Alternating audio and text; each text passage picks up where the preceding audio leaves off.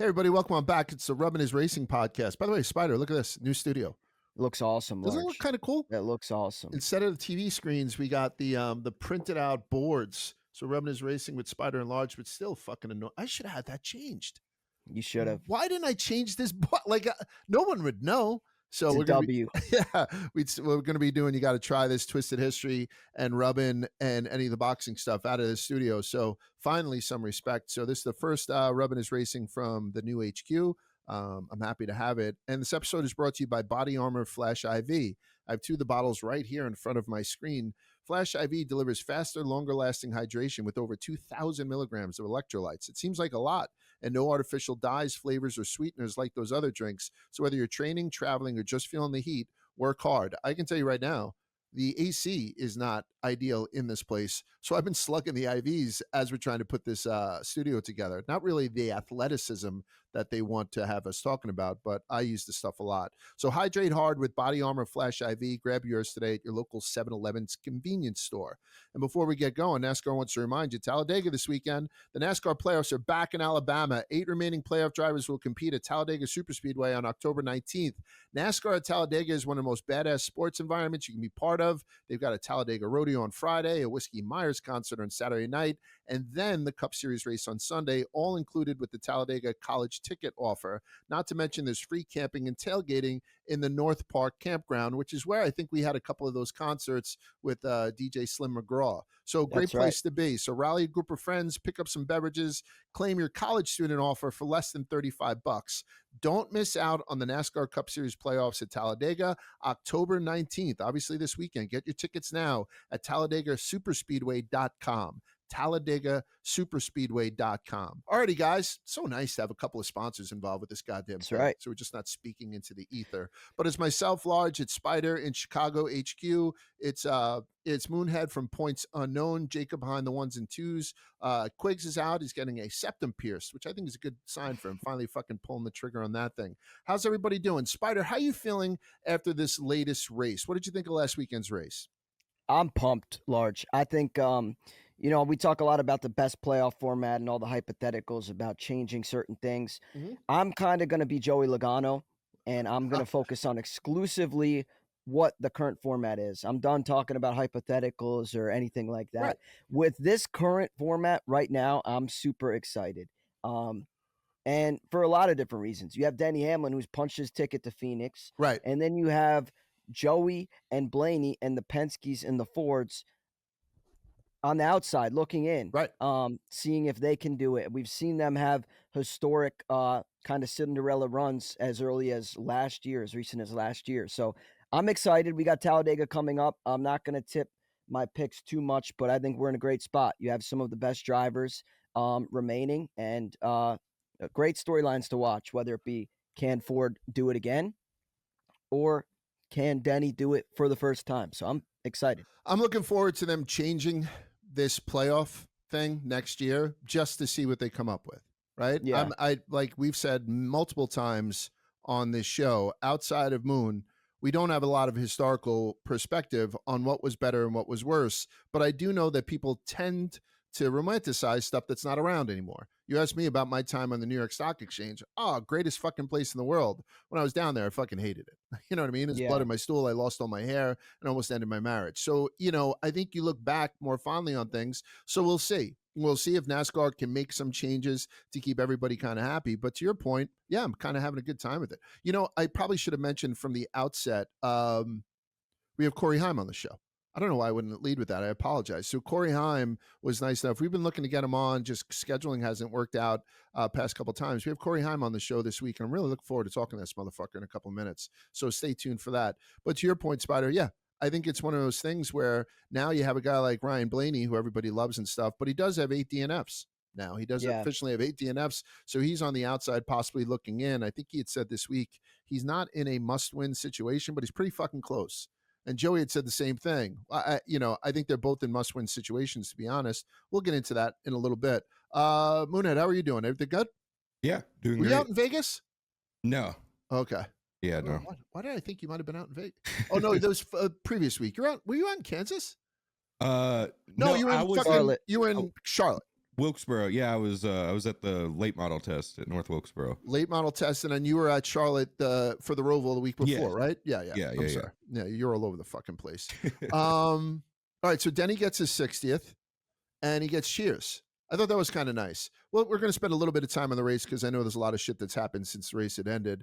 But just to make sure we give out the proper flowers, seeing Denny get his 60th actually made the crowd cheer for him. I think on his show, he said, even when I win, it's 50-50 cheers and boos.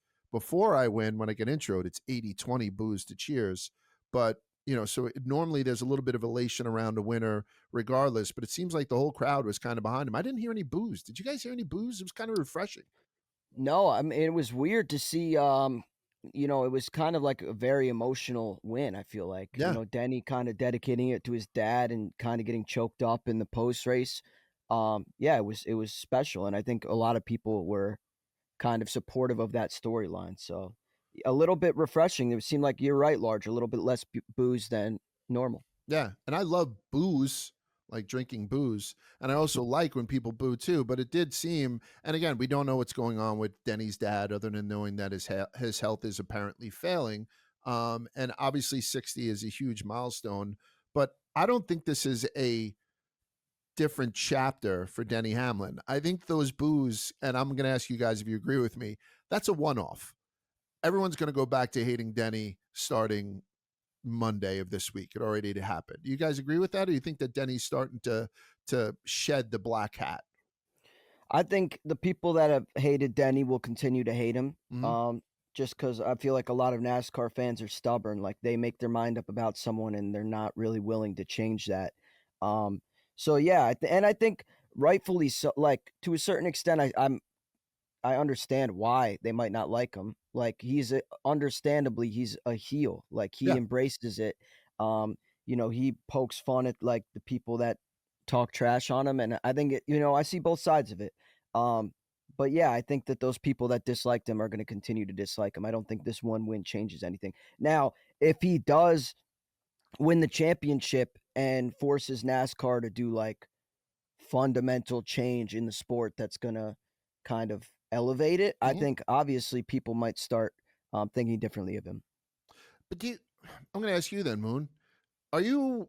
I think the answer is no. Are you worried that he's going to rip NASCAR apart by the seams with this lawsuit if things were to go his way? I try to keep up on all the legal stuff, and I can't. I just saw some of the Steve O'Donnell tweets or messages that they had sent out around the time that the Live Golf tournament had started, or Live Golf, whatever, had started. And I can't even really comment on him because I didn't see anything wrong in it. It was a guy who was trying to like kind of shore up his management team because something else was going on in another sport. But again, I don't understand it, but I'm starting to try and understand just what the long-term repercussions could be for NASCAR, and it could be very bad. And also could be very bad for Denny Hamlin too. And certainly for 23XI and guys like Bubba and Tyler and Riley. How do you feel about it, Moon? How do you feel about Denny Hamlin?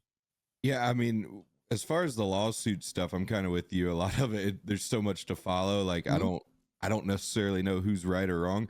I do think Denny and Jordan have an uphill battle now that NASCAR's kind of got the rest of the teams to put out their statements or whatever to the court that they did a couple of weeks ago. But as far as Denny goes, like I think a lot of people, even if you don't necessarily like him, I think it's kind of getting to the point where everybody's realizing he's got less years out there probably than time left to race. So everybody wants to see him get a championship. To me, it kind of reminds me of back in 2015, Kyle Busch broke his legs in an Xfinity race and then made a run back to win the championship. And this was back in like everybody hated Kyle Busch, like the peak of that. Now people are rooting for him again, but everybody hated Kyle Busch at the time. And even then he was getting cheers and driver intros when he was coming back. And so I think NASCAR fans a lot of times will root for the good story. Like I think it would have looked really bad if Denny got out crying at Vegas and the crowd was still booing him. Like I think everybody, yeah. So I think like everybody recognizes he's going through a lot. He wants it really bad. His family wants it really bad, and he's due. Like he's been so close. And format aside, like it's still a cup championship. That is the one thing I'll agree with. Like I absolutely despise the format and a lot of the modern day NASCAR stuff we have now. But at the end of the day, you're a cup champion if you win it. So I'd love to see Denny get the championship. And I think that's kind of where everybody's at. Do you think that's the most with the lawsuit not being around? Do you think Denny winning the cup is the best case scenario from NASCAR for, for ratings and whatnot, because it is a big story? Or is it having a golden boy like perhaps Ryan Blaney win it? Like those are the two that I'm considering right now as being probably the best case scenarios. Do you think that would be the best case scenario for NASCAR? Or is it, because NASCAR would be like, oh, congratulations on winning a championship in the in the playoff system that you fucking despise, and you probably won't win another in whatever playoff system we put on after this, because you never won one in the playoff systems we had before this, right? Or however the fuck you wanted to call it, full season, chase, whatever you want to call it.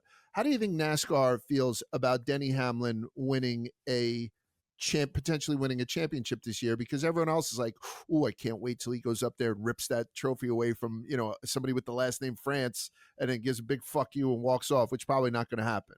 How do you feel about that, Spider? I could see it going either way. Part of me thinks that as much as no one would ever admit it, there are people internally at NASCAR that might not want Denny to win the championship, just given the headaches that have been caused this year. Yeah. Now, that being said, I think there also might be people at NASCAR that are of the opinion like, hey, this might be a good kind of like happily ever after way to end the story. Like Denny wins a championship. Whatever, maybe there's a settlement that follows. Both kind of find a happy medium and everyone lives happily ever after. I do think it's very interesting, though. It's funny to me. Like, I feel like the second that this we might have even alluded to it, Large. I feel like the second we've talked about this hypothetical earlier this season, where it's like if Denny's in a position to win the championship, like this is going to be the year he does it. Yeah, like, but just given all the extra baggage. I imagine if he wins a championship, and listen, I've shown emotion on podcasts before. I've been emotional on other like pieces of content and whatnot. But if he was crying when he won at Vegas, he's going to be a fucking puddle if he wins at Phoenix, right? Like, Yeah. I don't know if he has that arrow in his quiver to then take the good feelings of winning his first championship and getting that monkey off his back into being able to grandstand for the fact that he's, against these playoffs or anything. Does he have that in his bag to do anything that could be potentially ruinous from a social media perspective if he was to hoist that trophy in Phoenix? I mean, I don't know. Do you think they're like, what do you let's do hypotheticals here then. So like, let's say Denny wins the championship. What happened? Does he walk away from the sport? Does he just retire? What if he wins a championship this year and they say this offseason, oh, we're going to change the playoffs and it's going to be a completely different format? You know what? I don't think that's so. A completely different format is not the format that people want, right? Like they want the 36 race format. Right. So what they're going to do is try to find some sort of middle ground where it's not that one race to decide everything, or maybe not that win and you're in type formula. So they're going to try to tweak that without going all the way back to what I think a lot of people who are true purist NASCAR fans, I'm assuming you're amongst them, Moonhead, I believe we spoke about this before. Would your preference be a 36 race championship? I honestly like the chase. I think it's the best. Okay. I think it's the best compromise. I would welcome a 36 race under the new, like with stage points and everything. I think it would be perfectly exciting, but I kind of understand from a dramatic perspective, the perks of having a postseason deal. I just wish it was more straight up. I'm going to ask Corey about what he wants in it, but I'm going to ask you then, Moonhead. Denny Hamlin wins a championship. He's probably going to be a little emotional about it. What do you see on that winner's stage? Like, what do you see when he gets the trophy? Does he do anything, or is it one of those things where it's just kind of like it was this weekend, friendly and celebratory? I think that's how it'll be. It's gotta be. I don't think he'll want to bring any of the lawsuit stuff into it. I think that would just distract from the accomplishment in the moment. And I think NASCAR probably feels the same way. Like, I'm sure there'll be the suit and tie types will probably be mad behind their smiles, but I also think like the marketing department and the social media people, they'll love a Denny championship because Denny's one of the most marketable drivers in the sport. I feel like he's does well on camera. He's got charisma. He shows emotion. He's opinionated. He does, all of the above. So I think from that perspective, everybody will be happy, but I don't think any of the legal stuff is going to distract from Denny's first championship, at least not publicly, maybe behind the scenes, but not publicly. And maybe on his podcast too, the following day. But my 2 cents, if anybody cares, is I think Denny Hamlin winning the championship this year is the best case scenario, hands down. Because I do think that he will take the high road and finally get this monkey off his back and have his championship. And NASCAR can, without saying anything, say, well, if you delegitimize Joey Logano's championships or any of the championships that came before, I wonder where the delegitimization of yours is going to come from. NASCAR can take the high ground with that. Whereas a couple of months ago, I was like, ooh, NASCAR's in a tough situation, having to give Denny that, this trophy right here, except in gigantic form when he gets to Phoenix. But I think it might be the best case scenario. One of the things they had said this week that was a difference with Denny's driving is that he spent 7.5 hours of sim work. And I thought to myself, that seems kind of light. Like, you guys are iRacer guys. Do you do 7.5 hours in front of a fucking rig? I used to playing Tomb Raider, and I'm talking about Tomb Raider where she used to have the triangular tits. You guys are too young for that, but Lara Croft used to have like it was almost like made 8-bit pixels, and I spent 14 hours a day on my fucking phone. I'm not overly impressed. What the fuck am I missing? 7.5 hours in a week seems light to me. I feel like, and maybe Moon can speak to this better, a lot of the guys don't do a lot of sim stuff. I mean, they do. They have sim practice with the manufacturer or at the team shop or whatever it may be.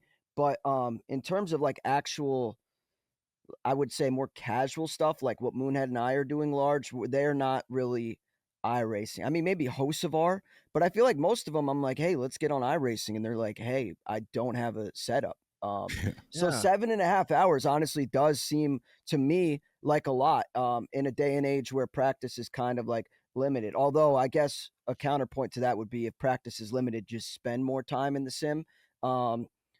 So yeah, but 7.5 hours, that does seem like a lot. That's probably like what, 2 days worth of, I don't know. I don't know. I think 7.5 hours of practice, like you're saying, strapping yourself into a car, do some, would pretty much impress me. But 7.5 hours of playing the video game doesn't impress me quite as much. And maybe I'm just being ignorant. Well, their sims, you are being ignorant. Their sims are a lot more 53 years old. Than ours. I'm thinking he's like playing with a joystick. It's a little bit more intense than what I'm giving it credit for. Yeah. I mean, Moonhead, help me out here. No, it's definitely like, it's almost too like it's just as helpful for like the engineers and people as it is the drivers. So it's a lot of trial and error. And if 7 hours, that's like 2 cup races worth of practice right there. So it's a big dark room with a giant ass screen. Some of them have motion. Like it's not a walk in the park. It's not something I would want to sit there and do for 3.5 hours. I don't think. Is there ever going to be a point in this podcast where I have a good take? It just seems like my fucking takes just one after the other. Don't be hard on yourself. Like the oldest man takes you've ever seen in your fucking life. All right, so Logano P6, congratulations to Kyle Busch getting a top 10 finish. Congratulations to him. But we said that Blaney blows a tire. He's below the cup line. It really opens Phoenix up if there are no Penske drivers in Phoenix.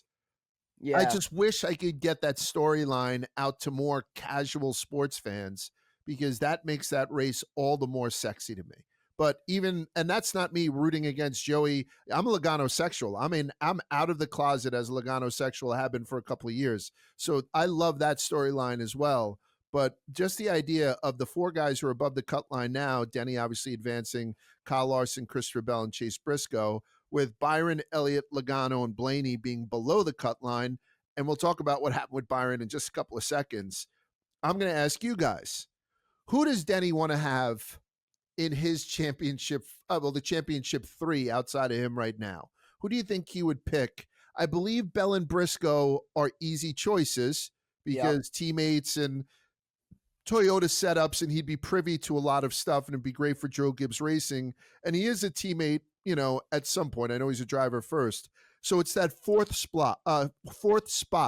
Who would Denny his wish list be to be in that fourth spot going into Phoenix?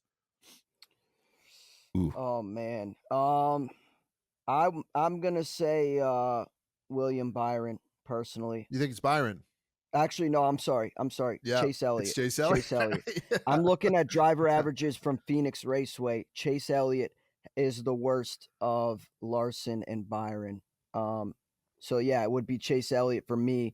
And I think obviously, like you said, Large, Bell and Briscoe are easy picks. I think Hamlin would much prefer a scenario where the Fords are not in play at Phoenix Mhm. and he has two teammates. Obviously, those guys would still be competing really hard, but I think that's better than someone who's not on your team. Moon, so 3 Hendrick drivers then I would say makes the most sense because Penske Yeah. scares the shit out of people. So which out of those 3 do you want to go up against if you're Denny Hamlin when you're going for your first Cup Series championship in Phoenix? I think I've got to agree with Spider. But I mean, Elliott has obviously gotten it done before, but Mhm. Byron, just statistically, and I feel like throughout the year as a whole, has been a little bit stronger. That said, I think that as long as it's not a Penske car, they'll be happy because, and not a dig at Penske, but they're just so good. And with how good they were at New Hampshire, everybody kind of compares the two, says that was kind of the sample. I feel like we're going to see Gibbs and Hendrick probably collectively doing all they can at Dega to not work with the Penske guys late in the race because they're very capable of winning there. Obviously, Blaney and Logano are very good there and then very good at Phoenix. So I think as long as it's not a Penske car, He it's might fine. not even want his teammates in though, Large. I don't know if that would be true. Like he can't get anything off of what Hendrick is doing for their setup. Do you know what I mean? Like I think the 11 team, the 20 team, the 19 team do share a lot of information, know a lot more about themselves, each other as teammates than they do about what's going on at Rick Hendrick's shop, right? And so I agree. Logano and Blaney being the X factor, and on top of Talladega, Blaney fucking has a very good chance of winning Martinsville as well. Blaney owns Yeah. that fucking place too. So I think it comes down to Byron and Elliott. And right away I said Elliott, but to Moon's point, he's gotten it done there. Nobody wants the Larson smoke because we watched Larson win a championship there.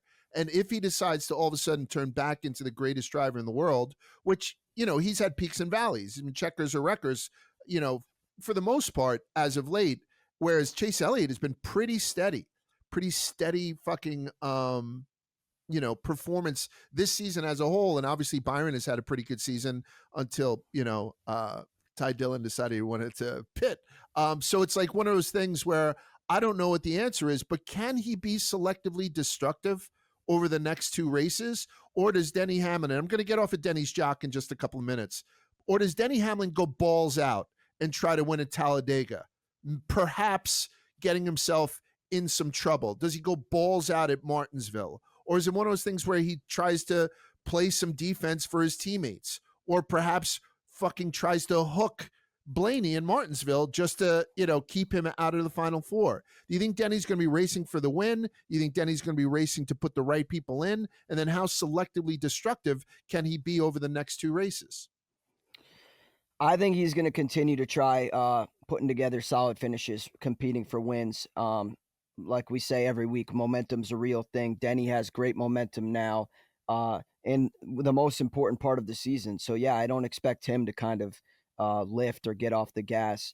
And when it comes to teammates, like obviously, Joe Gibbs wants Bell and Briscoe to remain competitive, but I don't really think that's a concern of Denny's. And I just base that assessment off of kind of what happened with his cars in their championship pursuit. So I think Denny has one goal in mind, and that goal is to lift the championship. Obviously, like I said, Joe Gibbs wants his cars to be good, but even Denny himself, Large, I meant to say this earlier. You look at Christopher Bell and Chase Briscoe recently at Phoenix. Bell has 2 wins, 5 top 5s in his last 7 races here. In that same time, Briscoe has a win and 4 top 10 finishes. So those guys we shouldn't write off. And when it comes to championship, I think teammates and alliances goes out the window really quick. Monetarily, I want Briscoe to win it all. Right? Yeah, I locked him I think in that at would be plus. awesome. I locked him in at plus, I think 1,800.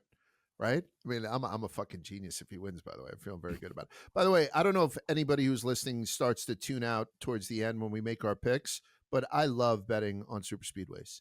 I Same. already have my card filled out, by the way, and I'm leaving some powder dry just to make some last minute. My card will have just about every driver on it by the time they fucking drop the flag on Sunday. Oh, but when I do it, it's a crime. Well, because you do it at Martinsville. Like, you know what I mean? Like you did it at the Clash, for Christ's sake. You know what I mean? So you abused the abused the privilege, you son of a bitch. Nobody knew who Joe White was until yesterday. Joe White got to Talladega, parked the bus, got fired in an Uber to the airport to go home for the weekend. And to be clear, it was already determined that I would not be spotting for Ty Dillon next year, but that I would still be with Kaulig in some fashion, but not now. Joe White is the spotter for Ty Dillon. Ty Dillon and William Byron got into a horrific wreck. I mean, they fucking totaled both cars. And I know everybody, by the time they're listening to this podcast, know the details. But that just happened last night, that they wound up canceling this, firing the spotter. And it happened just a couple hours after Chris Rice went on, you know, maybe it was Sirius. I don't know where it was, but I had actually listened to it. And he said it wasn't the 10 team's fault. Chris Rice is the guy who's in charge at fucking Kaulig, and then less than 24 hours later, they decided not only was it the 10 team's fault, it was one person on the 10 team's fault in particular, and that's this guy who just got shit canned. How do you feel about that? How do we feel about what had happened with William Byron? Because it may be the straw that breaks William Byron's back. We're going into a super speedway, and I don't know if you guys remember, but he does pretty well at Daytona, so William Byron can easily win this weekend and just make this all a moot point. But they decided to go after somebody. They found somebody not to fall on their sword. They pressed the sword forcefully into this guy's chest and fired him. How do we feel about the whole Byron Dillon incident from this weekend? It was a scary wreck. I feel bad for Joe White. I mean, even if it was his fault, obviously it was an accident. Glad both drivers are fine. I feel bad for him for the sense that he went all the way to Talladega. To me, this should be a hard and fast decision. It almost leads me to believe that maybe like Hendrick or someone out. Chevy. Yeah, Chevy. Someone somewhere made a call and was like, listen, that's bullshit. Someone needs to kind of take accountability for this. Yeah. And given the Chevy and manufacturer alliances, that could be something that happened. But yeah, I feel for Joe White, obviously having to go all the way there just to find out you're fired. But I don't know. I mean, there should be some like that. There also needs to be repercussions for what happened, because you can't have your top guys being subject to something like that. Can I turn that on you a little bit, Spider? I've been fired. Sure. Have you ever been fired? I have not. Knock on wood. Not yet. A Moonhead, have you ever been fired? Yeah. So how many times? A couple times? Just once. Okay, so I've been fired in my career, I think 3 times. And each time I did the one thing. One time I got fired because I was under investigation. I was just on the out and about last week. So Patty was like asking me for information from the FINRA SEC investigation on me and stuff. That was one of the scary ones, where I drank a bottle of vodka in a hot shower while sitting down and crying. But that's basically what you do after you get fired. You go and you get fucked up. Then you gather yourself up within a couple of days, shave, and then go after the next part of your life. Is there a better place to be fired than on the boulevard in Talladega? This guy's going to fucking tear it up. Think about that for a sec, Spider. I mean, I know the thing is, why would you send the guy to Alabama? And he had said, no, he was driving something else to Alabama. So it wasn't like he's driving a hauler. I think he drove a friend's RV there. But, you know, they did let him go to Alabama before they shit canned him. But I get shit canned and I have a pocket full of money and I'm on the boulevard in Talladega. Watch the fuck out, man, because I'm going to be in the papers. That's a great idea, Large. And I think that's a great great place to drink away some sorrow and lift your spirits would be the boulevard of Talladega. But his tweet says he got in an Uber and went to the airport. He's home for the weekend. Doing? So Joe, clue. Joe, man, I don't know. I'm with you, Large. I think that was a missed opportunity there, but I don't know. Part of him probably just wanted to get home and get out of there and like move on with his life, like you said, or just if you get fired and NASCAR's your life, I could see wanting to step away for a little bit. He could get a booth right next to that big fat guy who just sits in the booth with the microphone and the speaker and makes fun of Kyle Busch, right? The guy who gives out Kyle Busch as a Kyle Busch is an douchebag. asshole. Yeah, It's whatever the something hat like is. that. He could be like the next tent over, call it can go fuck themselves. And I'm telling you, it would blow up the internet, even for people who aren't NASCAR fans. Moonhead, take us from a view from 30,000 feet. How do you feel about what had happened with Ty Dillon and William Byron, and then the reaction to it, or the delayed reaction from Kaulig? Yeah, I feel really bad for the guy, because to me, a driver can screw up pretty bad and we just move on, laugh at him the next week. But this guy, if it was his fault, which I've heard conflicting reports. I've heard he told the 24 spotter they were pitting, and the 24 spotter just misinterpreted the message, which is understandable. But I guess I'm leaning towards it was probably Chevy or some sort of higher up thing. But hopefully the guy lands on his feet. I mean, that's got to suck getting all the way down there after being told, it wasn't your fault or whatever Chris Rice said, and then getting canned anyway. He seems to be taking it pretty well on Twitter, though. He doesn't seem to be super bitter or anything. I saw him having some laughs with people in the replies and stuff. So hopefully he lands on his feet. But yeah.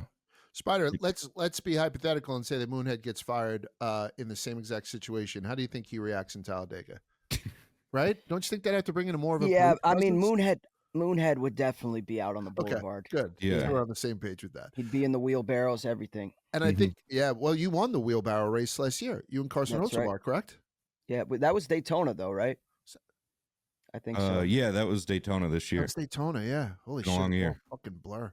And like I said, he was told that he wasn't going to be up in the spotter stand for the next season.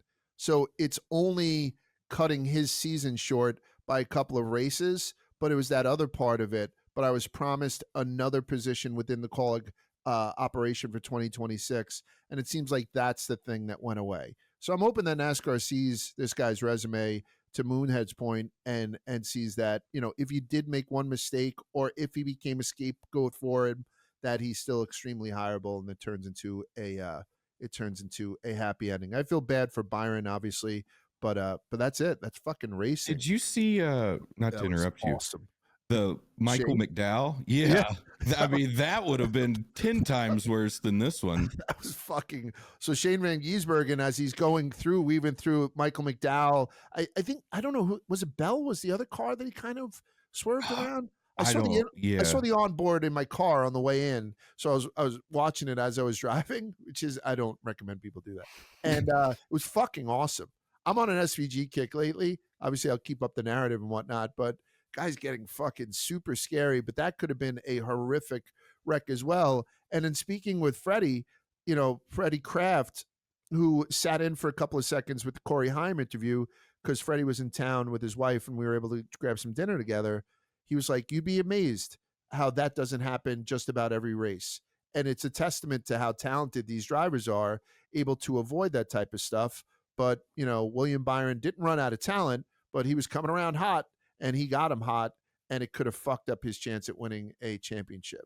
Oh, you know what? Here's another update. There was an update from the Reddick family that their son's operation is successful. So the kid's a little bit lighter because they had to take a kidney out, but it looks like rookie Reddick, right? That's a young man's name, is on the road to recovery, or at least we hope he's on the road to recovery. Oh, there's Reddick's fire suit behind me. I got mine over here. Yeah, we send our best to the Reddick's continued thoughts blessings. and prayers. And then on a side note, Nick Mangold, do you see that, Spider? I did. Yeah, that's tough. Nick's been great. NFL lineman Nick Mangold played for the Jets for a while. Good friend of Barstool's Large. I know you had a great relationship with him, New Jersey guy. Yep. I actually randomly saw him at In-N-Out with Eddie in Las Vegas when we landed for the Super Bowl a couple of years ago. Yeah. We went to In-N-Out, and Eddie and I were waiting on our food, and I look over and I'm like, dude, I'm pretty sure that's Nick Mangold. And we went over and he was just the nicest guy ever. So yeah, Nick's a good friend of ours. We wish him health and blessings as well. And if you're willing and able, consider maybe donating a kidney, save someone's life. He's a big dumb animal, Nick, but he's a good guy, and he's a close friend of mine. I consider him a close friend. So I was speaking to him a couple of weeks ago because I'm supposed to do a food tour of Meadowlands, he and I. So he had mentioned to me a little earlier, hey, I'm going through this. So just keep it on the wraps until I make the announcement. But he's in need of a kidney. So if you go to Nick Mangold's, any of his social pages, and obviously most of the people around here had retweeted it or reposted it on theirs, there's a link that you can go to if you were interested in perhaps donating a kidney. Nick's got a bunch of kids. He's just a good man. He's a good human being. So don't hold the New York Jets thing against him if you hate the Jets. He spent 10 years there. It's probably a Well, future Hall of Famer, and also Ohio State. Don't hold that against him. But the Jets family and the Ohio State family and Nick's own following has got the word spread around pretty far and wide that he's in need of a kidney. Weird that we're talking about that on a NASCAR podcast, but these people are in our lives, right, Spider? yeah. Yeah, no, and Nick's awesome. I would say the Jets are kind of, I wouldn't say this in front of him, a tough organization, but I feel like he's been kind of a focal point of that team. Like you said, 10 years. So he's a legend. I got to meet him with Willie, and I could tell you, I don't drink as much anymore, but in the past 10 years, maybe on my top 5 fucking booze sessions, Nick was involved in 2 of them. Hell yeah. Because with Willie and stuff like that, we actually got to do some stuff. Yeah, he seems like a top dude to get a beer with. Yeah. What about sorry to change the subject, No, Large. not at all. What about Freddie and your guys' dinner? Freddie Kraft dinner. Freddie is also a big dumb animal, but his wife is lovely. Meg is lovely. So when I had my family down in Charlotte, we get together with the Crafts, and then when they're up here, vice versa. So I took them to this place, Brooklyn Roots. They just named a pork chop dish after me. And Spider, I'm telling you, it's fucking elite. So Freddie was staying in the city. I live in northern New Jersey. We went to Brooklyn and we had an absolute feast, and it was a very good time. So the next day, before him and his wife went to go see a show, Freddie had stopped by, wanted to see what HQ is like and all that. So we're lucky enough to have him just sit in for a little bit with Corey Heim, and obviously they know each other pretty well because of the 2311 thing. So I'm looking forward to that. Last thing I will say too, before we move on from the Ty Dillon, William Byron thing, some guy had put on one of the social media things, they're going to fire the spotter where the 10 car is widely regarded as a chicane on wheels. And I love that fucking thing.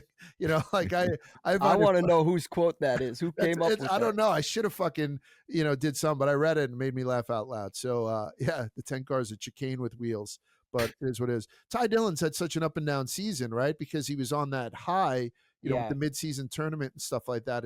I bet he wants to kind of divorce himself for what had happened this past weekend. Another headline, I wanted to mention this because we mentioned last week, hell yeah. Even though NASCAR said there is no plans to make that necessarily their slogan for next year, they did hire an advertising company that did come up with hell yeah. And we saw the gigantic presentation that they did. So even though it's not a done deal, a organization called 1 Million Moms had launched a petition urging NASCAR to cancel that campaign for the 2026 season over its use of the slogan hell yeah, arguing that the phrase hell yeah trivializes the seriousness of hell as a place of torment and anguish for Christians. The group also objects to what it calls foul language, a commercial likely to be seen or overheard by children, accusing NASCAR of choosing controversy over family-friendly messaging. As of Monday, they had almost 9,000 signatures on this petition. I'm not going to go back and check it now because I don't want to be on that watch list. But these guys, 1 Million Moms, they're ultra conservative, ultra right wing, ultra Christian. I'm a Christian, like all that stuff. I'm not dissing anybody, but they're one of those people that thinks that gay marriages causes hurricanes, that type of fucking thing. So, but at the end of the day, anything that stops this hell yeah thing from coming through is good for me, even though these women look like they're a bunch of uppity cunts. How do you guys feel about hell yeah, and how do you feel about 1 Million Moms? And by the way, I saw a couple of them. It should be 1 Million MILFs because some of these girls. Well, that's what I was going to say, Large. I think we need like a rival group called like 500 MILFs to come forward and just start organizing against them. But no, I mean, this is like the definition to me, and I know this is probably like a bad take. Everyone, I'm just pretty much down the middle in a lot of my things. I like to think everything in moderation. I think that's a good principle to live by, everything in moderation.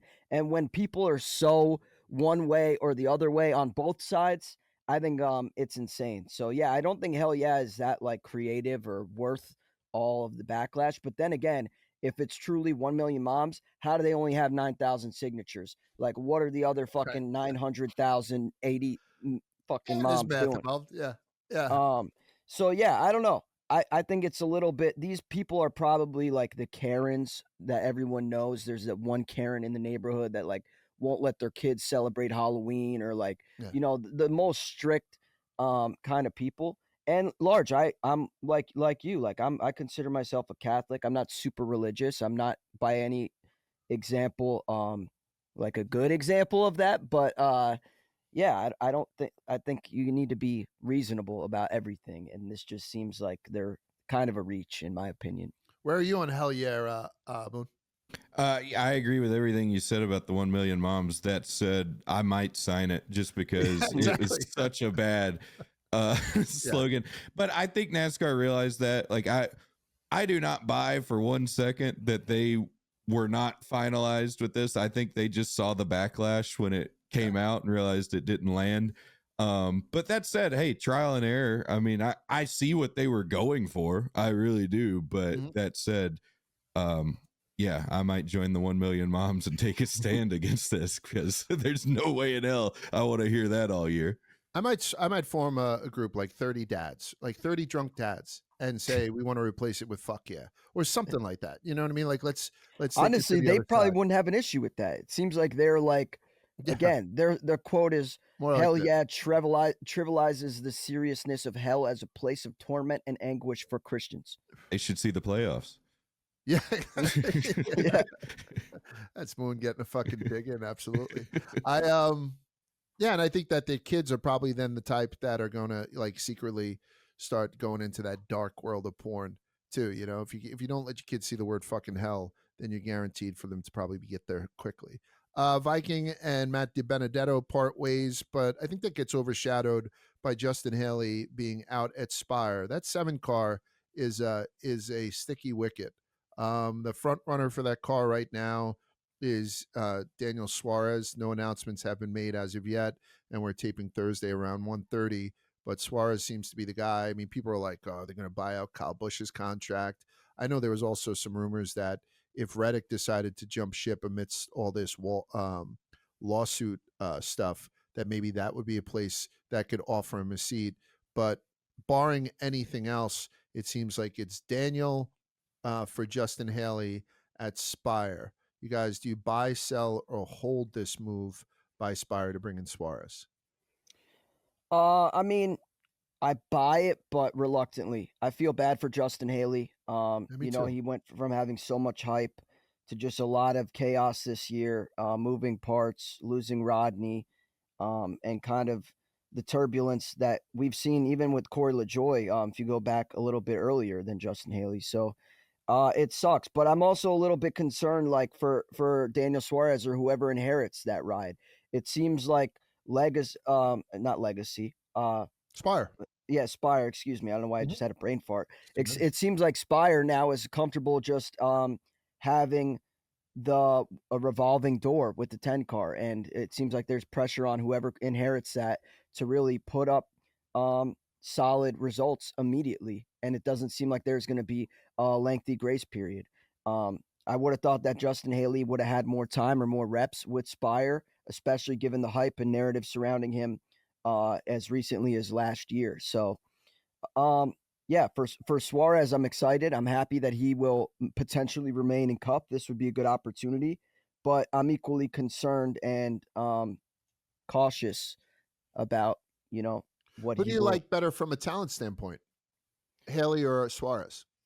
I think they're similar talent-wise. I think financially speaking, from where I sit, I think Suarez is more marketable. I think he's probably easier to have. 1,000% he brings more dough. And I think that's really what made the decision here, which again sucks for Justin Haley. I think he's a great guy. We've done good things with him. We saw him at Chili's earlier this year in Daytona.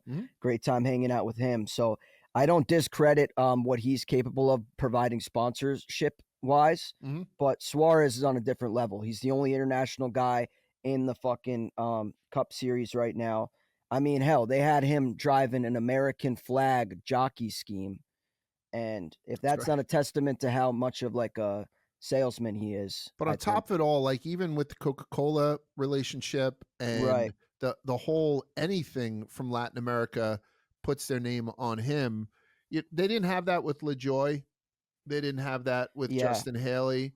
I think you're kind of swimming around the same talent pool with those three gentlemen, maybe LaJoy, Haley, and Suarez, with differences as you go season to season, and you can rank them by talent. But I think if you're going to rank them by their ability to bring in I would advertising dollars, Suarez number one with a fucking bullet, right? I would say Suarez from a talent perspective too. Okay, Remove the dollar signs. yeah, He's a guy that's been fast and competitive at a variety of different tracks, whereas Corey LaJoy, winless, and Justin Haley, I mean, he has a win, but depends who you ask. Some people will I know. discredit the fact that it came from a plate track. Not me, but I'm saying that's a thing. So yeah, out of the three, I think Suarez is number one talent wise. Now pull me again in a year after he is driving the 10 car. Ask me this question next year. Hmm. Hopefully, he's not subject to the same fate that Haley and LaJoy were, and he doesn't struggle like they did. Somebody also had told me spoke last week, Spider, about the AM Racing thing. That AM Yeah, Racing may just go away. Like yeah. they're on the balls of their ass too. So I don't think this has ever been the situation there at Spire. I just think that they're just trying to put more dollars behind the wheel, which could be one of the things that's wrong with NASCAR. That the best wheelmen out there will never get a shot at the best cars because they don't bring enough money with them. But that might be what's happening here. Either way, like congratulations early to Daniel if he does get back into a ride that quickly. I think that's great. But man, I hope that Justin Haley does find a place to land. And then I'll ask you, Moonhead, when you hear Viking and Matt DiBenedetto part ways, Justin Haley is out at Spire, and does that like is there something strong to say there other than this is money that is talking? I mean, the Viking deal, yeah, I feel like that's more money talking. Just we've seen Benedetto doesn't bring a lot of funding. He brings experience. And I think it's kind of been mission accomplished there with Viking. We've seen this before in a lot of Xfinity rides where maybe you take an experienced guy, doesn't bring the funding, but you pay him to come drive your car, and then somebody with funding comes Bring it along. up. To me, it's similar to Nick Sanchez and Parker Kligerman. And Sanchez has capitalized on the opportunity and done a great job in Xfinity. But Parker Kligerman was somebody, he didn't bring sponsorship. He didn't bring any money. I think when you get to Cup, it's a little different because I think once you get to Cup, I do think talent speaks a little bit more than maybe at the lower levels because there's enough money going around. You maybe don't need the funding. But with the Spire deal, it's weird because to me, like the 7, for whatever reason, has just not fired on all cylinders. You had LaJoy's struggles, and a lot of us, myself included, were hard on LaJoy. And sometimes I think maybe we were a little too hard on LaJoy because, Yeah. you know, Haley hasn't done a whole lot better. Rodney Childers didn't mesh well with the team and got out of there. So I don't know the personnel really. Right. I think the competition director is also the crew chief on the 7. So maybe some blame lies there, but like, I think that they need to do some sort of restructuring, at least around that car, because nothing seems to work. And you've got LaJoy, who obviously had spurts of greatness. Haley knows how to drive a race car. He's had spurts of greatness. But really, when you look at Spire too, I feel like it might just be an instance where Hocevar is overperforming, whereas McDowell and Haley maybe were just taking what was given to them. So I don't know. I think maybe they need to look a little bit further than just the driver there. I would like to see them do what they did for Michael McDowell. And I remember Michael McDowell left Front Row Motorsports after being there for a long time because he was intrigued by the fact that Spire was one of the only teams at this point in his career that would offer him a multi-year deal. And I really think, to Moonhead's point, that's kind of what's going to take for that car to kind of get the same results that we see from Hocevar and McDowell. And again, echoing Moonhead's point, it might just be a case of Hocevar's just better. He's a step ahead. There might be equipment that difference, but some of it might be on the drivers themselves. So if it indeed is Daniel Suarez, I would like to see it be a 2-year deal. And like I said, give him enough time to kind of get comfortable with the new equipment and the team dynamic. I kind of like the lineup.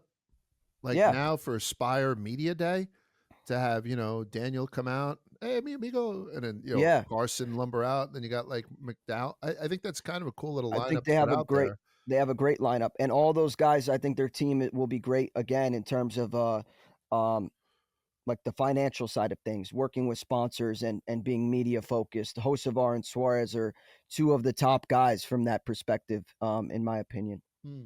KFB, new crew chief, Jim Pullman. And again, sometimes because I'm new to the sport, I don't know why NASCAR would do this right now. But Jim Pullman is looking to repeat in the Xfinity Series as crew chief for Justin Allgaier, and they announced today. Again, we're taping on Thursday that he's going to take over in the box for Kyle Busch next season.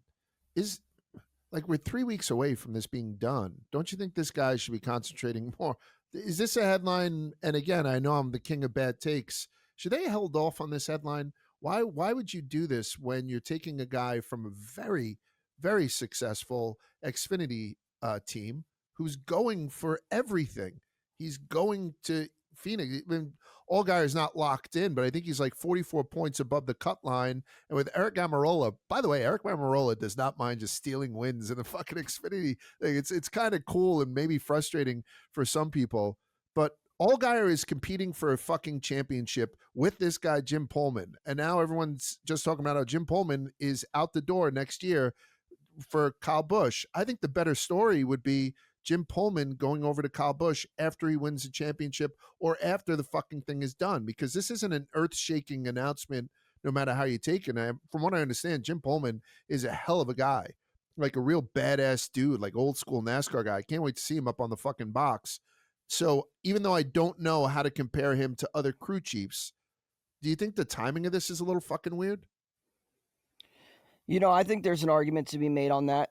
Maybe just like lock in and focus. Like we're Yeah. this close to the end of the season. Why start now? But then I look at other sports and this kind of happens too. Like following the March Madness, the Maryland thing, the Villanova coach. It exists in other sports. Part of me feels like this might be because of just like the job carousel. If you get it on paper and announce it now, that prevents other people from maybe approaching him regarding other opportunities or something like that. That's the only thing that I can, the only explanation I have for it. But I tend to agree with you, Large. Yeah. I am kind of excited for Kyle Busch, though. It seems like Jim Pullman, from the little I know about him, he joined Justin Allgaier, veteran driver, and together they got his first championship. So obviously Kyle Busch has a championship, but maybe pairing a different veteran driver, i.e. Kyle Busch, with Jim Pullman, maybe we can expect them to have a new spark. But again, I also want to be realistic with my expectations. Wouldn't it have been better for silly season? I'll ask you, Moon, to if Allgaier repeats, wouldn't it be better for silly season that November 12th they announce the crew chief that took down the mighty Connor Zilic with Justin Allgaier and repeated in Xfinity is jumping up to be with a legendary Hall of Fame driver, Kyle Busch. I think that, and even if they don't win a championship, then there's no difference to this press release. But all you got now is Jim Pullman being in front of microphones for the next 3 weeks as he's competing to possibly blow up the world and knock down Connor Zilic with one of the fan favorites, Little Gator. Now, everything they're going to be asked is how excited are you to work with a legend like Kyle Busch, when he's 3 weeks away from potentially having a championship in his hands? Or am I really just missing the forest for the trees here? No, I agree. I don't. To me, Hold on like, a sec. You both fucking agree with me? And I've yeah, been looking to have a good take for the past 6 fucking weeks, and I finally got one on a guy I never met. Excellent. Go ahead. I'm it sorry. makes sense when like a driver does an announcement because you got like people are going to be buying merch and all Yeah. that stuff. But to me, yeah, crew chief. To me, it's just a distraction to the crew chief, the team. I don't know why they don't announce it after the fact. Nobody, I don't think they make Jim Pullman t-shirts, so I don't No, I yeah. don't think it really matters. And to your point, it could just make the press release that much better if he goes and wins a championship. So to me, yeah, I'm with you. I don't understand that. Like, to me, it's the same thing with the Carson Quapple Rodney Childers announcement, where they announced Rodney Childers to the 1 before they had announced Quapple's plans. So the whole announcement of Rodney Childers coming back was overshadowed by the fact that Carson Quapple's not coming back full time. So like, I think sometimes they could wait on some of these crew announcements and give the crew guy or the crew chief his moment without distracting from everything else. Yeah, I tend to agree. Man, I feel so good about having a good take.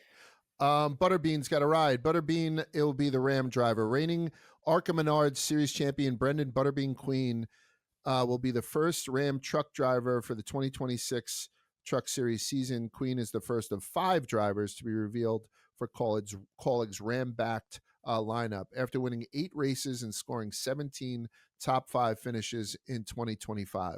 I think everybody saw this coming, so this isn't big news, right? Like this was kind of in the rumor mill. It wasn't even a big enough rumor to get a Spidey score on, but congratulations to Butterbean. I'm looking forward to having him on the show at some point. Voting for most popular driver is out. It could be the year that Chase gets knocked down. I think Chase has got 7 in a row. If it was, I'm assuming that it might be. Who are you voting for most popular driver this year? I'm going to give you the options because they don't give you the whole field. It's Christopher Bell. I think we're all not voting for Christopher Bell. I don't think he's the most popular driver. Ryan Blaney, that's a possibility. Kyle Busch is probably not going to be up there, I don't think. William Byron, I don't think. Ross Chastain, probably not. Chase Elliott, I think he'd still be up there. And it's this fucking guy, Shane Van Gisbergen. If Shane Van Gisbergen gets New Zealand behind him just to send in votes, does one tweet, hey, listen, fellow Kiwis, get on the fucking horn or whatever. You know what? Get on the blower. He would blow this fucking thing out of the water and be the most popular driver in NASCAR. And if he doesn't do it, he's a fucking idiot. One of these drivers needs to align with 1 Million Moms and just start using their platform, just harping their message. Yeah. To get an extra 9,000 votes. Yeah, exactly. What do you think of Shane Van? And obviously, I'll make it out to be like it's my biggest nightmare. But what if Shane Van Gisbergen pulls off this thing? I think one year in Xfinity, a driver had won because he was from a different country, and so they kind of stacked the ballot box. There's a very real chance that SVG is the guy that dethrones Chase Elliott. Do you see anybody else on this list that could do it, and who would you vote for? Yeah, I'm going to vote for Ryan Blaney. I'd like to see him win it. I think he's deserving. Not to say Chase Elliott isn't, but I would like to see someone else recognized. I feel like obviously Chase does a lot for the sport, but to a certain extent, he's been given his flowers already.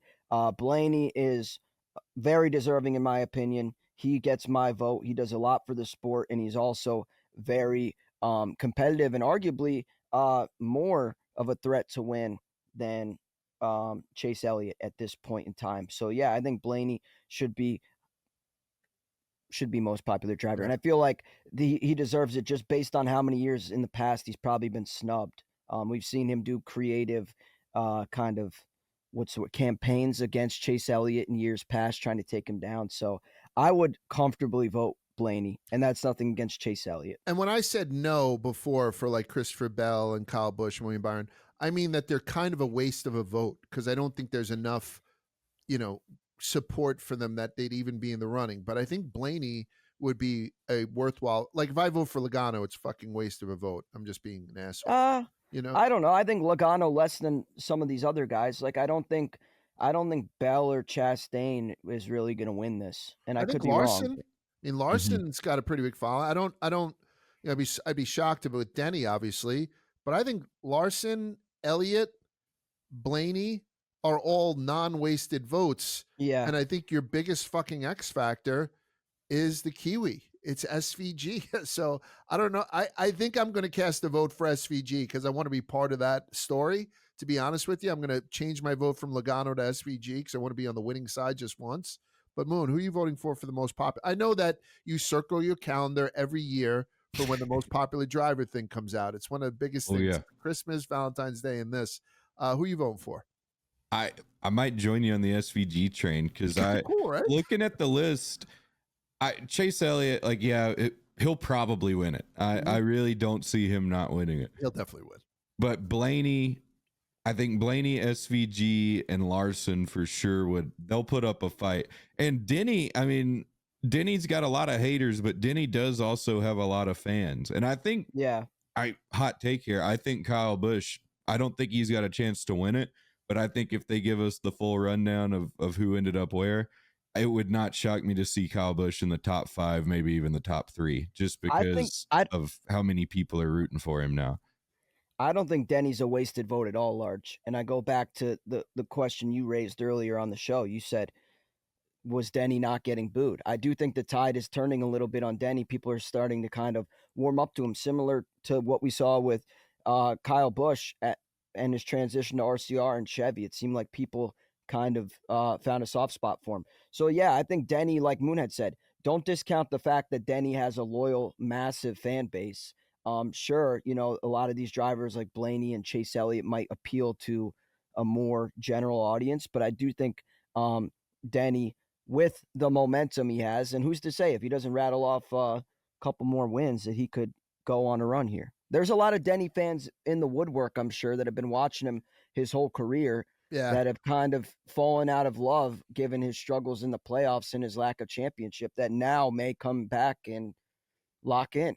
And plus the podcast and the socials from the podcast could put that link. I'm not going to go out and look for the link to this. You know, like I'm saying I'm going to vote for Shane, but unless I happen to see it on my timeline, I'm not going to go on. I know Moonhead will, but I'm not going to actively go look for the fucking link. So I think Denny has the opportunity to also use actions. And opposite to what I had said about the championship and how for NASCAR it would be good if Denny won the championship, that's probably not the best thing for NASCAR if he wins most popular driver. You know, it just isn't, to be honest. All right. So with that said, we'll put a bow on what had happened last week. I got a question for you, Lord. Please. So the NASCAR 25 game came out. Oh yeah, Byron. And right? There's different driver rankings. Wait, what? Or you might know. What Byron's 100? Yeah, Byron's 100. What was your take on that? And who do you guys think should have been first, or should it have been Byron? I don't know why Byron is, and again, I don't know if we need to put this caveat in every time. A lot of respect for the way that Byron drives. And I know that he came up from an iRacing background, right? That's one of the things people kind of mention about his bio, iRacing and Legos. So maybe that had something to do with it. But I always thought that he would be probably, if I had to guess, he'd probably be sort of what he is, the top 8 right now. So I thought they'd have Byron maybe as far as in that ranking, maybe in the top 5, top 4, top 3. I didn't have him as number 1. I certainly didn't have him as a perfect score. If they're going to use that, that probably would be a spot that I'd reserve for Kyle Larson. And I'm not a Kyle Larson glazer, but it just seems that everybody is on the impression that he's the best driver in the world, depending on who the fuck you talk to, that I would probably have thought that Kyle Larson would have been the poster boy to be a glazer. But Byron's also on the cover. Maybe he was willing to do a lot of stuff in the development of the game. But no, that was a glaring thing to me. Yeah, no, I completely agree. I think it's crazy that Byron has a 100 overall rating. 100 overall ratings don't exist. As far as I'm concerned, 99 is the max. For him to get 100 was pretty crazy. And I think, like you said, Large, it gives a lot of credibility. And I don't necessarily believe this, but it provides an argument for those people that are saying, oh, well, he's just 100 because, you know, he's like the golden boy of iRacing, or he's the guy that made his career off kind of digitally honing his skills. So, yeah, I mean, I don't think he should be that much lower, but I think 100 is crazy. I think he should be closer to like, I think a 99, 98 would have been fine, having him tied with Denny and Larson at 99 or Blaney at 98. And I'm certainly not discounting 2 straight Daytona 500s in a row. We've seen William Byron win at a myriad of tracks. I'm not discrediting that at all, but 100 to me was crazy. I don't think there should be above a 95. Like, I think they set that bar way too high with 100, because let's say they offer a supplementary pack for an extra $60 when you can have legends playing again, you know, driving against the guys who they're already having that. So you take, let's say 2008 Jimmy Johnson, who's in the middle of rattling off, 7 Cup Series championships. What are you going to rate Jimmy Johnson? 2008 Jimmy John. I'm not talking about, the back marker he is now, that embarrassment to the, just joking around. But like anybody in their prime Jeff Gordon, what happens if they have the ghost of Dale Earnhardt Sr. all of a sudden show up for this fucking game? Where are you going to put him? Like it's one of those things where it just doesn't make much sense to me. I'm probably not going to play the game, so it doesn't affect me at all. I think we just lost Moonhead for a little bit, so I won't go on too long with this. But I think you're right, Spider. Reserve a little bit for up top just in case, you know what I mean? So I don't know. And I don't know if I'm ever going to play the game, so it's almost a moot point. Let's move on. So we're now going to sit down with Corey Heim. Corey Heim is one of the guys that most people consider the future of NASCAR. I think him and Zilich obviously don't battle for that because Zilich is obviously just a year ahead of him, about to enter the Cup this year. Corey just rattled off 10 wins in the Truck Series. He's in a different situation as where he can go in Xfinity, being a Toyota driver and having that relationship with 2311. So what's he going to do next year? All that kind of stuff is about to be answered, including what he's going to do to change around his victory celebration. I have a couple ideas on that. So without further ado, we're going to go 3 wide with Corey Heim, and that's brought to you by Dive Bomb.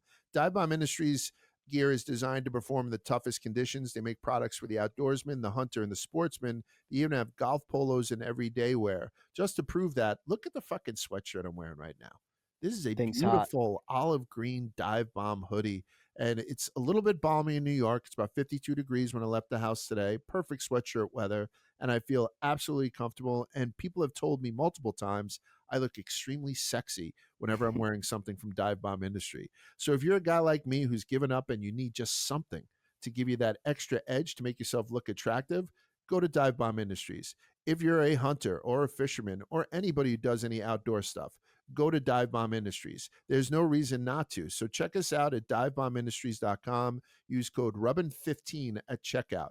The NASCAR season is going to end, and I don't know how long that Rubbin 15 thing is going to last. So if you got somebody in your life you want to buy something for Christmas, I'd hit it right now. Rubbin 15, Dive Bomb Industries. Hook yourself up. And with that, let's talk to Heim time. All right, everybody, welcome on back. As promised, we have a young man that we've been trying to get on the show, but I got to be honest, he's been a little standoffish with us. That's not true at all. It's Corey Heim, drives number 11 Toyota for Tricon Garage. Corey, welcome to Rubbin is Racing. It's a pleasure to have you on. How you doing, my man? Yeah, pleasure to be here. I'm doing well. How about you? I'm doing fantastic. I can't imagine I'm doing as well as you. I sometimes talk to drivers who have been in the industry for a long time. I think it was Martin Truex who was like, Large, I started putting my trophies up in a den, and pretty soon I had to move them out to a barn. You're 23 years old, and you're bordering on maximum capacity on all the fucking trophies that you're winning lately, right? I mean, you picked up another 10 this year. Where are you keeping all these things as a young guy like you? Yeah, we've been having a good year so far. There it is. I've barely still kept enough room so far, so we're doing good as far as the truck trophies go. They're not very tall, so it's consistent. I can put them on these storage racks, but I don't want to build anything permanent yet, just because I feel like then you're cornering yourself into how many you have, So I'm trying to keep it modular, trying to keep it building. By the way, when you just pan over and you show a centerpiece filled with trophies, that's the equivalent of the Michael Jordan picture where he's just got all the rings on his face and the Tom Brady thing. It's a little bit of a flex, and I appreciate it. So with all the success that you've had this season, breaking records, 10 wins in a single season, on a season, I think you guys only do 22 races too, right? So percentage-wise, Corey Heim's like easy money, right? 22 races or something like that? 25 this year, but we normally do 22, so you're close. Yep. Yeah, so 25 races. You are the guy that could potentially blow up NASCAR, because everybody, I find that NASCAR guys just need something to complain about, and the playoffs have been in the crosshairs of everybody for so many of the past years. If you don't win the Cup, I don't want to be in Phoenix, because I could see NASCAR fans burning that place to the fucking ground. How does that feel with you going in there knowing this one and done, or win and in, just got to get one done in Phoenix, could potentially be not the cherry on the sundae that this season has been for you? Yeah, I mean, the hard, honest truth about it is that if it's going to benefit you, you're going to be a fan of it, and if it's not, you're not, right? So, the year that we've had so far, and all the success and the points we've racked up, of course, we don't like the playoffs, because it's keeping everyone close and within range to beat us in Phoenix, of course. But if you're someone like Logano, who's benefited significantly from the playoff system, and he's a big advocate for it, it's different. It's just NASCAR drivers, I mean, kind of like you said, they're going to find something to complain about, but it's also like whatever benefits you the most, and people are going to act like, oh, well, we wouldn't be 20th in points if it was a full season format. We'd make sure we get more stage points. It's like, it's kind of bullshit. Like you're trying to get as many points as you can and win the race at the end of the day, right? So I don't think it would have made much of a difference regardless, but at the end of the day, it's what we signed up for, and it's what we kind of have to do. So I don't think the playoff system in general is completely out to date. I think it's more about just kind of fine tuning it to make it just a little more fair to the people who have success earlier in the year. And like you compare it to football, and I think that's NASCAR's biggest excuse is like you compare it to the Super Bowl, like, oh, like, the 08 Patriots went undefeated and lost the Super Bowl. It's like, well, that's kind of how our playoff system is designed. But it's like the 08 Patriots didn't play the Giants every game. It's different. You in racing, you race the same people every week. So it's like when you kick their ass all year and then have to race them one more time and have a mechanical failure, it's kind of different. So, it's just, I don't know exactly what the answer is. I think I've heard some good ideas as to how to tweak it, but I'm definitely intrigued to see kind of what they do going forward. Is it one of those things then, however it does get tweaked, that will make your decision up on whether or not you want to be somebody who wins a lot of championships or somebody who wins a lot of trophies, right? Like that seems to be the dichotomy. Denny is obviously the most recent and biggest example of that. Now I think in the top 10, he's easily the best driver to have never won a championship. So do you just go about your way saying, you know what? I'm going to eventually fill up a barn with trophies, and if the championships come, they come. And if not, we're just going to keep winning. Yeah, I mean, you can't do anything but take it week by week. It's like when you're sitting here, whether you got 10 wins in a season or 0 wins, you're still trying to win the next race at the end of the day. And of course, you keep things in the back of your head. Like, okay, like if you're in my shoes, you go to Talladega and Martinsville since I'm already in the Final Four, and like kind of try not to piss anybody off going into Phoenix. Like that could, I guess, take you away from the chance of winning the race. But at the end of the day, like a lot of that stuff, I feel like, knock on wood, like it never really comes back to you. Like last year we had Eckes in the 19, and my teammate Taylor Gray get into it at Martinsville, and everyone's like, oh, he's an idiot, like he's going to pay for that at Phoenix because he got the win at Martinsville, but obviously the big goal is winning the championship and he's going to pay for it. But I feel like that never happens. Like people just way overblow that. Like you saw it with Truex and Logano like 5 or 6 years ago. Logano still ended up winning the championship. Ty Gibbs and Brandon Jones a couple years ago, Ty still ended up winning the championship. Like it's just like so overrated trying to like keep people calm and race you clean going to the championship race. Because if you're the best car, like Phoenix is a track position racetrack, if you can qualify on the pole and just lead every lap, like what are they going to do at the end of the day, right? So it's a hot topic, but at the end of the day, I think you just got to go week by week to answer your question and just keep trying to win. Let's talk about victory celebrations. What's more embarrassing, slipping off your car and breaking your fucking collarbone, or celebrating on top of your truck and throwing out your own shoulder, which I think what Lane Riggs had done last season. I think both are kind of embarrassing, but Lane is definitely, almost seems like he's osteoporotic the way that he had his injury, as opposed to Connor, falling the 4 feet. Yeah, Lane was a trooper on that one because no one really even know until he said something. You could kind of see him grabbing it, but it's like no big deal. But then he like completely tore something in his shoulder. He had to get surgery for it. Connor's was definitely a little harder to mask, so I'd say that's probably my pick for more embarrassing. What are we going to do with yours as you start amassing all these wins? So I hate SVG. I think everyone knows that. I think he's coming over. He's a spy from New Zealand. He's going to start to steal our women. I don't like the guy. He's handsome. He's very talented. His dog is better looking than my dog. So when he kicks that stupid fucking football into the crowd, it's awesome. And so I hate that too. I need you to have something that's better than SVG. The whole Heim time thing, I'm on board with, but can I make some phone calls, not necessarily to Rolex, but maybe get you like a Timex thing where you can go out and give your watch to a kid every time you win. And then that watch, as you go, look, I'm looking into the fucking future. You go decades of just winning races. Those watches you're giving out to fans, those are going to be like Martinsville clocks at some point. Yeah. Can you do that at some point and then give me 100% credit for it? That's not a bad idea. I can give you some kickbacks on. I can give you a watch too if you want. That'd be a good. You saying you're going to give me a watch for that? Because I'm going to take that watch. I've yet to have a deal for a watch company, so I think that's going to be the first step. But as we progress on this, I think that's a good idea. As we progress, I can lead you into it. Here's a second one. It just came to my head before we came on. Corey Heim lick, because I never choke. You get onto the roof Okay. of your car, you pretend you're choking, give yourself the Heimlich, you spit out a watch, then you give a spit stain watch, which is fine because NASCAR guys are different. Boom, you give it. That could even bump it up even more. Would that be something you consider? That's a lot of choreography. I feel like That is a lot of choreography. I it's a lot of apologize. reversal I got to worry about. Maybe if I can start making it easy in the Cup Series and get my shit together, I can figure that out.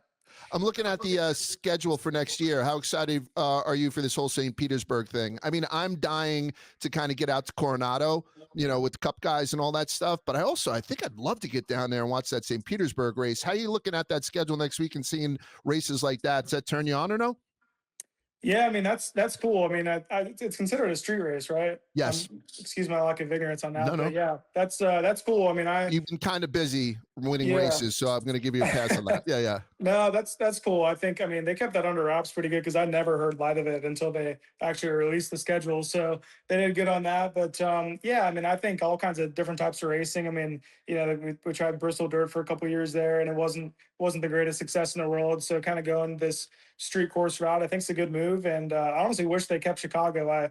I screwed that weekend up trying to qualify into the race, but I had a lot of fun up to that point. But San Diego should be cool too. So I like the street course racing. I'm a fan of it. It definitely brings the best out of the guys who have had that background before, like your best buddy SVG. So got some catching up to do. So I think the more we do it, the better we'll get. Where's the weakness in your game? Like, we are talking about SVG. Obviously, he's an elite road course racer, and I think it's just a matter of days before he becomes an elite oval racer, to be honest with you. The guy is awesome.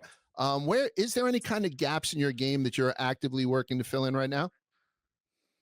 On the truck side, I feel like I'm well consistent, and I definitely had to work on my short track game a little bit this year. I've always kind of I raced like 100 ARCA races, only won one short track, and I kind of fumbled my way into it. So I felt like my short track game was kind of weak up until this year, and I've gotten that a lot better. But I mean, I'm approaching like 100 races in the truck now, so I feel like I've got a lot of those boxes checked. I mean, there's always something to work on, but as far as the Cup stuff, I mean, it's just kind of everything. Those guys are so much better, and just, you get kind of humbled when you go up there, but the car is so much different too. I feel like the first two stages, I'm just trying to figure out how to drive the thing. And by the time I can get that done, I'm still sitting like 30th place and got a lot of work to do. So it's hard, man, but definitely weakness as far as just overall ability in the Cup car, but I feel like I'm making some progress. Can I ask you a question then? Because everyone's talking this week, like NASCAR has their topics every week, and it seems like everyone's going back to what had happened with William Byron last weekend, and which may or may not have derailed his path to a championship. When you look at what happened with Byron from the perspective of a driver, not necessarily to point fingers directly, I automatically blame the spotter, because every spotter I know, I don't like. I just find that they're not good people. I have Freddie Kraft over here. He happens to be in the crowd right now, so I'm just busting chops. But when you see that, like, are you a guy who's window out, hand out the window on pitting type thing? Like, what do you see there, and where do you think that broke down?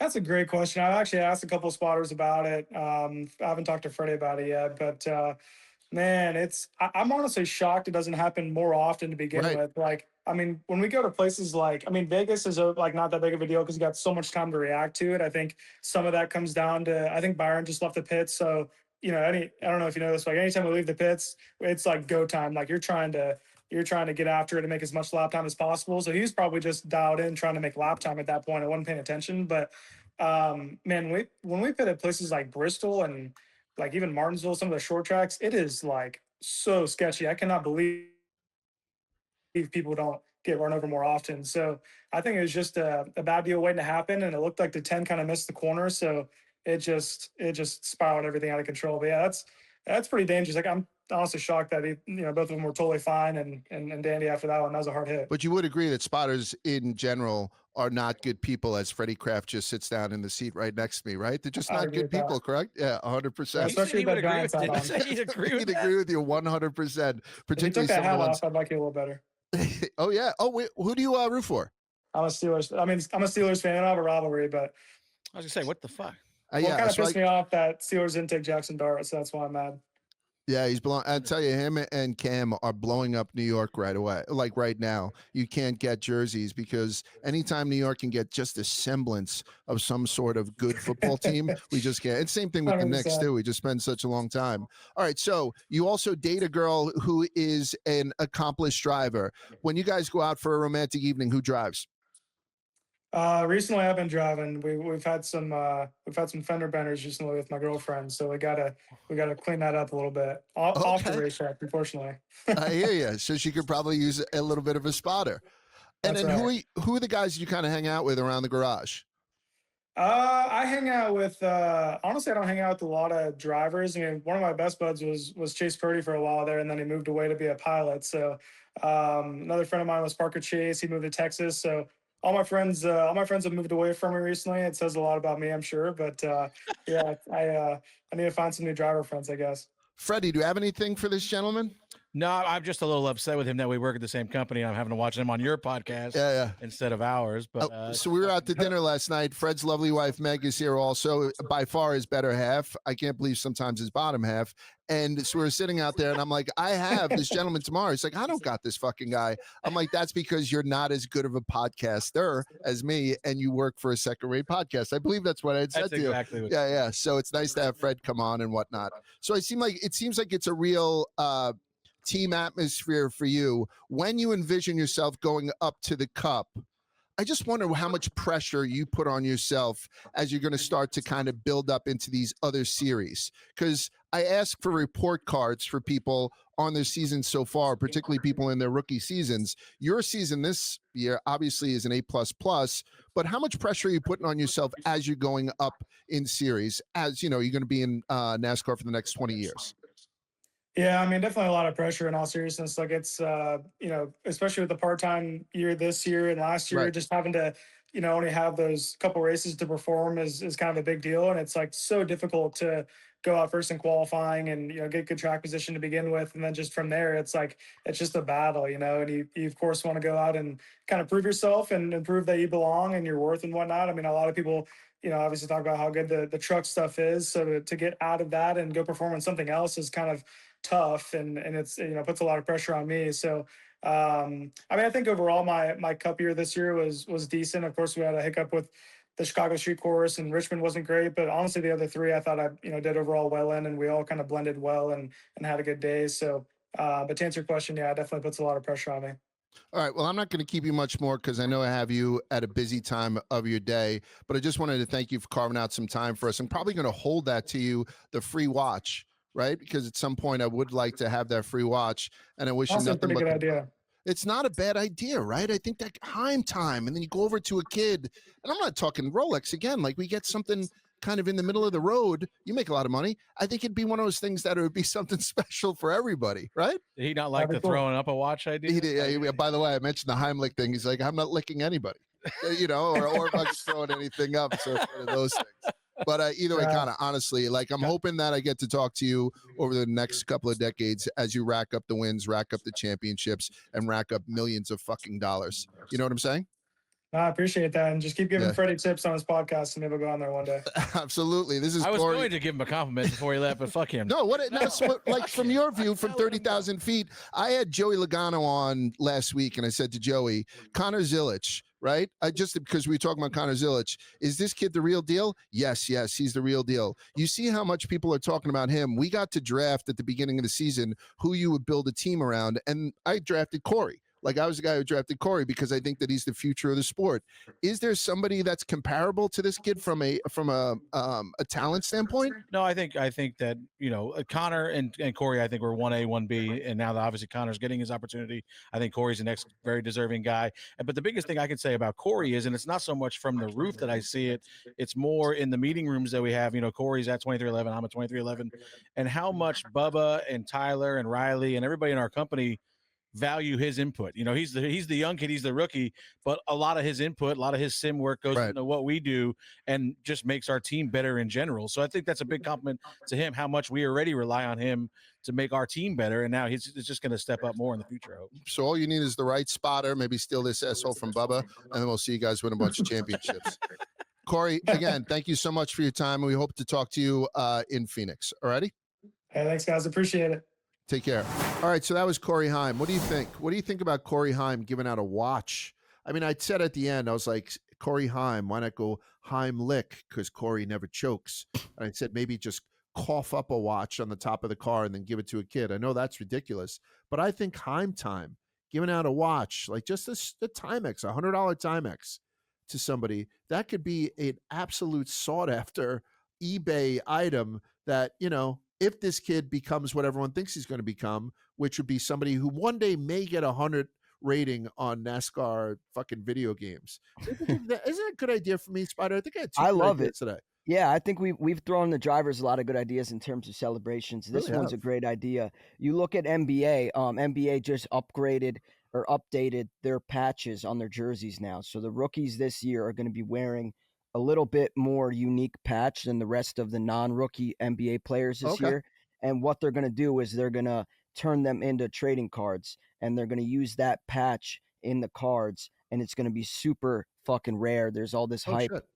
And you know, the sports card market just booming, and there's people that are just fueling the fire with chasing cards like this one I just described. So I love your idea, Large. I think any sort of collectible like that, especially one that's going to be super rare, race worn, and yeah, if you could literally have a part of the win, that would be awesome. I don't And know if that will actually happen, but he's not jumping up, right? So he has the opportunity to give away 10 fucking watches again next year and then yeah, go to Cup, you know, because without any disrespect to Riley Herbst, but if Riley Herbst doesn't work out and have a great season next season, his contract's up with 2311, so it stands to reason that then Corey Heim would be brought up without ever touching the Xfinity series. And whether or not that's because there's limited rides or, you know, everyone's like Ty Gibbs and him have that fucking smoke so he'd never be in a JGR car.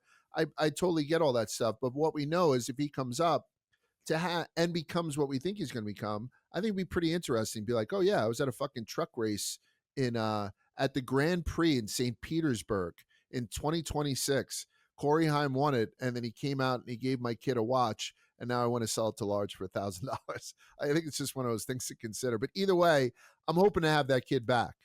We were talking about what drivers fit this format. He doesn't seem like he came on. He's just kind of loose. He was like, whatever the fuck you guys want to talk about. So I'd love to have him on back at some point, and I appreciate him taking some time out for us. Let's talk about Talladega. It's brought to you by Game Time. The NFL is back. Tailgates, packed stands, that buzz before kickoff, but getting in, it's a nightmare. Queues, price jumps, getting logged out mid-click. All you want is to be there, beer in hand, losing your voice with the crowd. And the Game Time app gives the advantage back to the fans. It's the hack for unlocking amazing tickets and experiences in a few taps. It's incredibly easy to use, and the Game Time guarantee means you can trust you'll get 100% authentic tickets on time and at the best price. Plus, fees are always included, so what you see is what you pay. I was looking at tickets for Packers at Giants in November, and I saw an amazing Game Time deal for great seats for only about $157. Or you can get a New York Jets versus the Panthers this weekend for less than $100 in the end zone because the Jets stink. So take the guesswork out of buying NFL tickets with Game Time. Download the Game Time app, create an account, and use the code Rubbin for $20 off your first purchase. Terms apply. Again, create an account, redeem code Rubbin, RUBBIN, for $20 off. Swipe, tap, ticket, go. Download the Game Time app today. All right, so we got a full schedule this weekend, folks. Cup is back on NBC, which is good. Trucks are tonight, Friday, starting at 4 p.m. It's not on FS1. It's going to be on Fox. A little bit weird for that midday truck start, but obviously there are no lights at Talladega, so we'll do what we need to do. JJ Yelly will be in the 7, and Corey LaJoy will be in the 177 for Spire. Xfinity United Rentals 250 is going to be Saturday, also at 4 p.m. That, as always, will be on the CW. And then the Yellowwood 400 is going to be on Sunday at 2 p.m. And we're finally back on network TV on NBC. So trucks tonight on Fox, Xfinity tomorrow on the CW, and then Cup on NBC on Sunday. 40 entries into Talladega, including Austin Hill. By the way, how fucking sexy is that?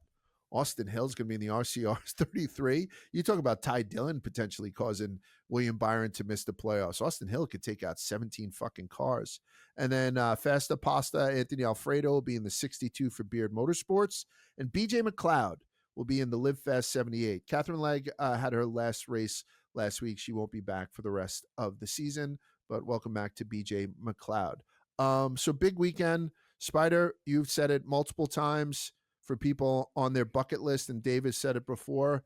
Talladega is a must visit at some point, and the fall race, weathers are a little cooler, right? Yeah. You know what I mean? Beers stay a little bit colder. This Yeah. might be the one to circle for people who are around. So go get your tickets if you're anywhere near there, and make sure you tune in on Sunday. The only thing we have left to do is to pick winners. And that's brought to you by DraftKings. NFL fans, who's your favorite touchdown? There's over 100 years of TDs to pick from. For me, it's the next one because DraftKings Sportsbook, an official sports betting partner of the NFL, every touchdown could bring you closer to cashing in. DraftKings Sportsbook delivers the unmatched intensity of the NFL right to your fingertips, from first touchdown scorer to anytime TD props or the thrill of live in-game betting. Every snap is loaded with opportunity. And here's the best part. New customers bet just $5, and if your bet wins, you'll get $300 in bonus bets instantly. Your team hitting pay dirt, it pays out to you. Download the DraftKings Sportsbook app and use code Rubbin. That's code Rubbin for new customers to turn $5 into $300 in bonus bets if your bet wins. In partnership with DraftKings, the crown is yours. Annie just sent me something saying the Daily Downforce is that can't be true. Taylor Swift is set to perform mid-race concert following stage 2 at Daytona. They won't get me that time. They got me last week with fucking who even called buying the Chili's. No way fucking Taylor Swift's coming to Daytona, right? Don't take the bait. I can't fucking take the bait on that. Fake news. That bitch, she's trying to bring me down. You guys got any picks? I got my card, and I don't think we're going to have any dupes, but if anybody wants to go first, more than welcome.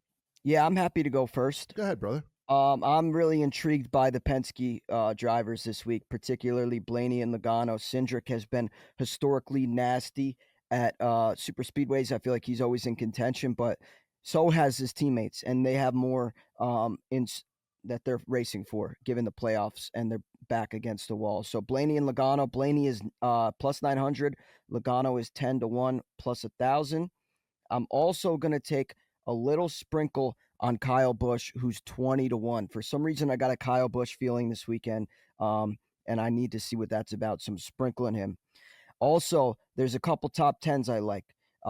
Daniel Suarez, in his last 7 races here, has finished in the top 10 more than 50% of the time. He has 4 top 10 finishes here. We saw what he can do at Atlanta, at Las Vegas.